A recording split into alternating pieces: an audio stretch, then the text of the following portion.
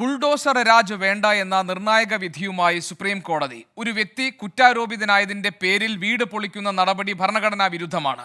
കേസുകളിൽ ശിക്ഷിക്കപ്പെട്ടാൽ പോലും വീടുകൾ പൊളിക്കരുതെന്നും സുപ്രീം കോടതി വ്യക്തമാക്കി. ആർ അച്യുതൻ ഡൽഹിയിൽ നിന്ന് വിവരങ്ങളുമായുണ്ട്. അച്യുതൻ, ഇത് വളരെ സുപ്രധാനമായ ഒരു ഇടപെടലാണല്ലോ സുപ്രീം കോടതിയുടെ. പ്രത്യേകിച്ച് ഈ ബുൾഡോസർ രാജിനെതിരെ നേരത്തെയും കോടതിയുടെ പരാമർശങ്ങൾ ഉണ്ടായതാണ്.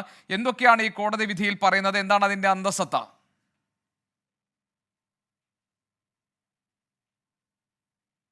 ഗോപികൃഷ്ണൻ, കഴിഞ്ഞ ദിവസമാണ് ഇതേ രീതിയിലൊരു കേസിൽ ഉത്തർപ്രദേശിൽ 2019 ഒരു കേസിൽ സുപ്രീം കോടതി ഒരു വിധി നടത്തുകയും അന്ന് ഇരയായ ആൾക്ക് നഷ്ടപരിഹാരം നൽകാൻ നിർദ്ദേശിക്കുകയും ചെയ്തിരുന്നു. ഇന്നിപ്പോൾ ഉത്തർപ്രദേശ്, രാജസ്ഥാൻ, മധ്യപ്രദേശ് എന്നിവിടങ്ങളിൽ ഇത്തരത്തിൽ കുറ്റാരോപിതരുടെ വീട് പൊളിക്കുന്ന നടപടി ചോദ്യം ചെയ്തുള്ള ഹർജികളിലാണ് ഇന്ന് ജസ്റ്റിസ് BR ഗവായിയുടെയും അതുപോലെ KV വിശ്വനാഥിന്റെയും ബെഞ്ചിന്റെ നിർണായക വിധി ഉണ്ടായിരിക്കുന്നത്.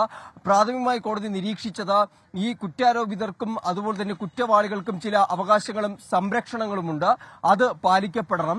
മാത്രമല്ല, ഈ വീടെന്നത് ഒരു പൗരന്റെ മൗലിക അവകാശത്തിൽ പെടുന്നതാണ്. അതുകൊണ്ട് തന്നെ കുറ്റാരോപിതന്റെ വീട് പൊളിക്കുന്ന അത്തരം നടപടികൾ ഭരണഘടനാ വിരുദ്ധമെന്നാണ് കോടതി നിരീക്ഷിച്ചിരിക്കുന്നത്.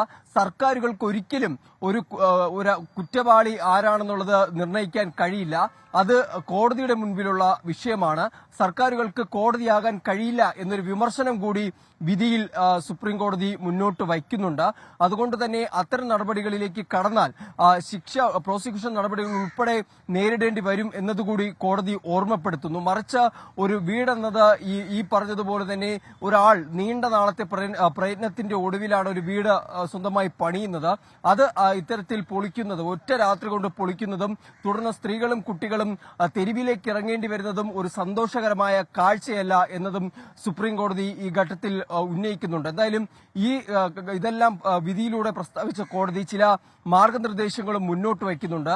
കാരണം കാണിക്കൽ നോട്ടീസ് നൽകാതെ ഒരു പൊളിക്കൽ നടപടികളിലേക്കും കടക്കാൻ പാടില്ല. അത് പോസ്റ്റ് മുഖാന്തരവും അതുപോലെ ആ പ്രോപ്പർട്ടിക്ക് മുൻപിലും ആ നോട്ടീസ് നൽകേണ്ടതാണ്. അത് നോട്ടീസ് നൽകിയാൽ 15 ദിവസത്തെ സാവകാശം ഈ വിഷയത്തിൽ നൽകണം. ഒപ്പം തന്നെ ഇരയുടെ ഭാഗം കേൾക്കാതെ ഒരു നടപടികളിലേക്കും കടക്കരുതെന്നാണ് പറയുന്നത്. ഈ നിർദ്ദേശങ്ങൾ പാലിക്കാതെ ഏതെങ്കിലും ഉദ്യോഗസ്ഥർ ഈ പൊളിക്കൽ നടപടിയുമായി മുന്നോട്ട് പോയാൽ അവർ ഈ തരത്തിൽ നിയമ നടപടികൾ നേരിടേണ്ടി വരും. ഒപ്പം തന്നെ വീട് നഷ്ടപ്പെട്ട ഇരയ്ക്ക് നഷ്ടപരിഹാര തുകയും വീടും പണിത് നൽകേണ്ടി വരുമെന്നുകൂടി കോടതി ഓർമ്മപ്പെടുത്തുന്നുണ്ട്. എന്തായാലും പ്രാഥമികമായി നിരീക്ഷിച്ചിരിക്കുന്നത് കുറ്റാരോപിതരുടെയും കുറ്റവാളികളുടെയും വീട് പൊളിക്കുന്ന നടപടി ഭരണഘടനാ വിരുദ്ധമെന്നാണ് വിധിയിലൂടെ സുപ്രീം കോടതി. ബുൾഡോസർ രാജ് വേണ്ട എന്നാണ് സുപ്രീം കോടതി വ്യക്തമാക്കുന്നത്. ആർ അച്യുതൻ ഞങ്ങളുടെ പ്രതിനിധിയാണ് വിശദാംശങ്ങൾ നൽകിയത്.